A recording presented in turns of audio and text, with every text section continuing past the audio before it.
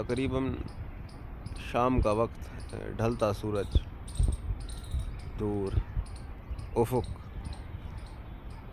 खुला आसमान, लहराती कुदरत प्रकृति, पहाड़ का एक टीला और पीछे एक बूढ़ा बरगद, और बूढ़े बरगद के पीछे एक बुजुर्गवार सूफ़ी दरवेश पीर की दरगाह। घाटा गाँव और ये कुदरत के हसीन तरीन मंज़र, और एक मौन संगीत, या यूँ कहें कि एक बड़ा मज़ेदार सन्नाटा, जो सुनने के लिए आपको आदमियों की भीड़ में इंसान होना पड़ेगा। तो मैं यहाँ पर आ गया हूँ आदमियों की बस्ती से दूर, इंसानियत की तलाश में।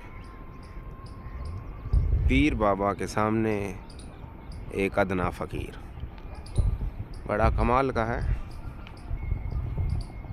एक एक पत्ता, एक एक बूटा वाला कमाल का है और बेहतरीन है।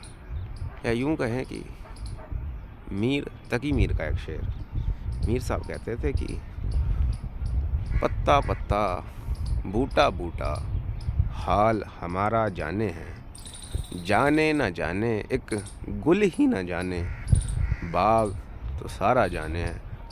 तो वही वाक़या है, वही मामला है। और यूँ कहते हैं इस पेड़ के पीछे एक कमरे में, आपको यहाँ पर थोड़े से नज़र भी आ रहा होगा, उसमें पीर दफन है, आराम फरमा रहे हैं। कहते हैं कि 700 बरस पहले से 700 बरस कब्ल, और ये बिल्कुल नई नस्लें इस बाग में घूमती हुई, या बाग में बिल्कुल नए निहाल भंवरों की तरह लहराती हुई उस फूल के करीब आती हुई जो 700 साल पहले इस बाग में खिला था, लेकिन उसके पास इस नीयत से आती हुई कि उसकी जो खुशबू है, जो उसके बदन के जाने के बाद भी, उसके मुरझा जाने के बाद भी आज तक इस बाग से नहीं गई, वो खुशबू इनको ज़मीन से ऊपर खींच लाती है और इन्हें इस कदर पागल कर देती है कि ये चाहते हैं कि उस खुशबू का एक कतरा ही, उस इश्क बू का महज़ एक कतरा ही इनको मिल जाए, ताकि ये आहुए रम खुर्दाओं की तरह पागल हो जाए, जिनके हाथ कस्तूरी लग जाती है।